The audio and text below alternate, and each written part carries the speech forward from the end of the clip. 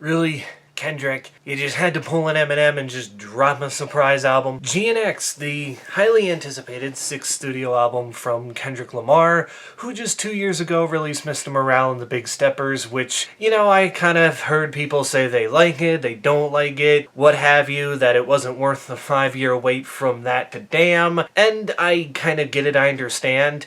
And it was almost inevitable that Kendrick was going to drop something soon. I didn't think it would be this year. I thought maybe it'd be early in 2025, considering in February he's got to play the Super Bowl. But here we are on November 22nd, 2024, after months of just dissing Drake and other rappers with the likes of Euphoria, 616 in LA, Meet the Grams, and of course Not Like Us, and even his feature on the Future and Metro Boomin track Like That, Kendrick finally drops a project of his own. And basically what we're getting here is your typical Kendrick Lamar album. The track listing isn't too long, and everything is just nice and flowing together. You get some nice features on here, as SZA features on the songs Luther and Gloria, whereas Dottie 6 features on Hey Now, Dodger Blue features Sam Drew, Peekaboo features As Chike, and the title track features Payosh, Hit a J3,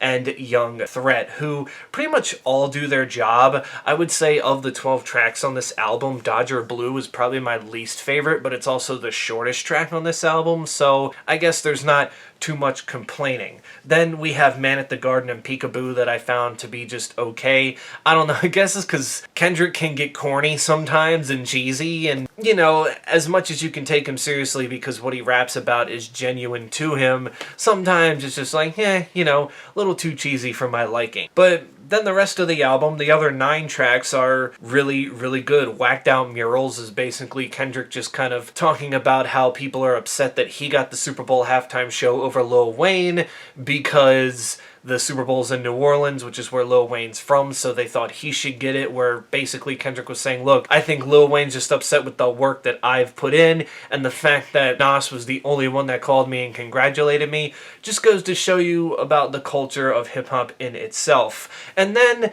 we get Squabble Up, which if you watched the music video to Not Like Us, he played a snippet at the beginning of that music video of this track, and a lot of the times when Kendrick does this, we never get that track at hand. We never see it. It's just like a quick thing and he kind of teases you with it, but he never gives it to us. But no, this is that song right here, 2.5 minutes, and it's just as fun as I thought it was going to be. The song Luther is just a nice kind of softer track which features SZA's vocals, and SZA's fantastic in itself, so love the feature on it. Hey Now, again, I don't think it necessarily has a great chorus, but it's just carried by Kendrick's great lyricism when it comes to him rapping. Reincarnated sees Kendrick go a little bit harder as he's more angry on this track. It ramps the album up a little bit as it was kind of getting to a point where he was, yes, acting tough and talking tough throughout the album, but this is where he really let it all out.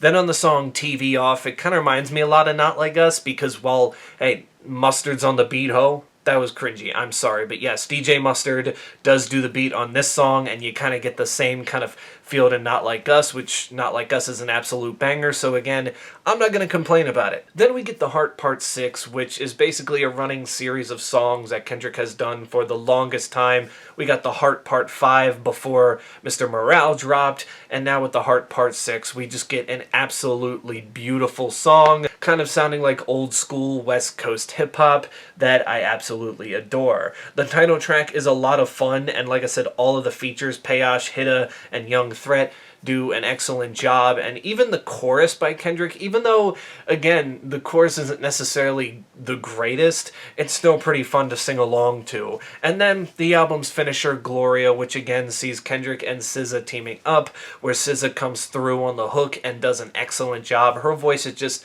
so good. As I mentioned before, I don't think she gets enough recognition, even though her album's so well in itself. I just don't think people realize how good she is. It concludes concludes the album on a high note and kind of just makes you go, yeah, you know what? Quick follow-up from the last record after almost having to wait 5 years for the last one. This is nice. This is kind of more of what I was expecting from Kendrick on Mr. Morale, even though he kind of changed things up on that record. And that record is still good, but it was definitely a step down from what he had done with Good Kid, Mad City to Pimp a Butterfly and Damn, even though, let's be honest, that 3-album run, it's very hard to follow up. We get another great release from him with GNX, and sadly though, this will not make a year-end list because it has missed my timetable for it. So if you watch the best of albums list and this isn't on here, don't come crying because, well, I'm sorry, but I have to set a deadline, and this came out past the deadline, but hey, that means it's just eligible for next year's year-end list. But for now, really love this record. Would rate it a 7.5 out of 10. Better than Mr. Morale, but not as great as Kendrick's other past works before that because, again, that 3-album run from 2012 to 2017 was just fantastic in itself. But those are my thoughts on the album. You can tell me in the comments below what did you think. And until then, stay safe out there, and I will catch you all in the next one.